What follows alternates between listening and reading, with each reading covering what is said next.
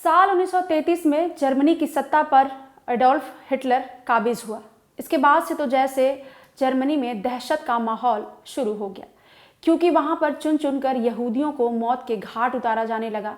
उनको ऐसी ऐसी यातनाएं दी जाने लगी कि मौत भी उनके सामने छोटी पड़ जाती थी।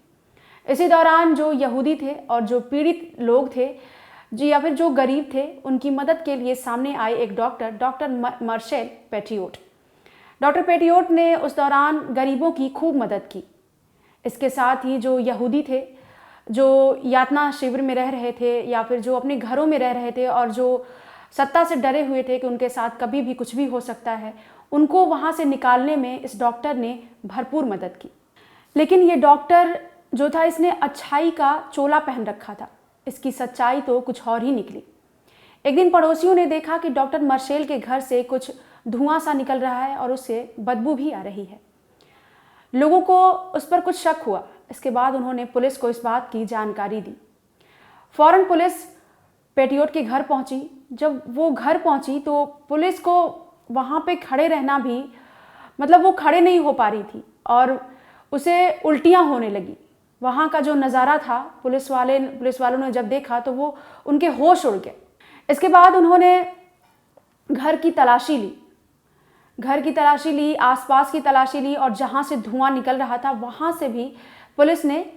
पर भी पुलिस पहुँची। वहाँ पे देखा कि जो डॉक्टर मार्शेल हैं वो वहाँ पे बॉडी पार्ट्स के टुकड़े जला रहे हैं, जिससे इतनी बदबू आ रही है कि सांस लेना भी दुभर हो रहा था। और डॉक्टर्स और जो पुलिस वाले थे वहाँ से ना तो वहाँ पे खड़े हो पा रहे थे और ना ही वहाँ से निकल पा रहे थे।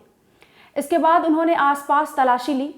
वहाँ पर जो प्लास्टिक के बैग्स थे और जो ट्रॉली बैग्स थे उसके अंदर डेड बॉडीज़ पड़ी थी। आसपास भी लाश के टुकड़े पड़े हुए थे, जिसे मार्शेल ने टुकड़ों में काट कर ठिकाने लगाने की तैयारी कर रखी थी।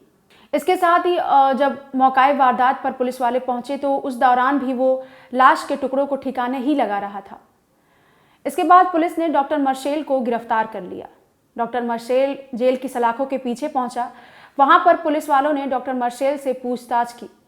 इसके बाद डॉक्टर मार्शेल ने जो कहानी इस सीरियल किलिंग की बताई, उसे सुनकर सबके होश उड़ गए। पुलिस वाले दंग रह गए कि एक सच्चाई का चोला पहने जो ये डॉक्टर है, जो गरीबों की मदद करने का दावा करता है, जो पीड़ितों का मसीहा बन के घूम रहा है और यहूदियों की मदद कर रहा है, उसी ने उन लोगों का मर्डर किया है जो इसके पास मदद के लिए आते थे। डॉक्टर मार्शेल ने बताया कि साल 1944 में उसने करीब 162 से भी ज़्यादा मर्डर किए हैं, लेकिन रिकॉर्ड में सिर्फ 50 के करीब ही दर्ज हो पाया है। डॉक्टर मार्शेल ने बताया कि वो उन लोगों को टारगेट करता था जो यहूदी थे, जिनका वो फैमिली डॉक्टर था। वो उनके घर जाता, उनका भरोसा जीतता, उनको वादा करता कि वो उनको घर से बाहर किसी सुरक्षित स्थान पर पहुंचा देगा।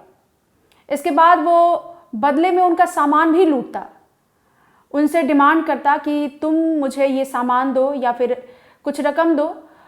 उनकी मजबूरी का भरपूर फ़ायदा उठाता। इसके बाद भी उसका जी नहीं भरता तो ये उन लोगों को मौत के घाट उतार देता।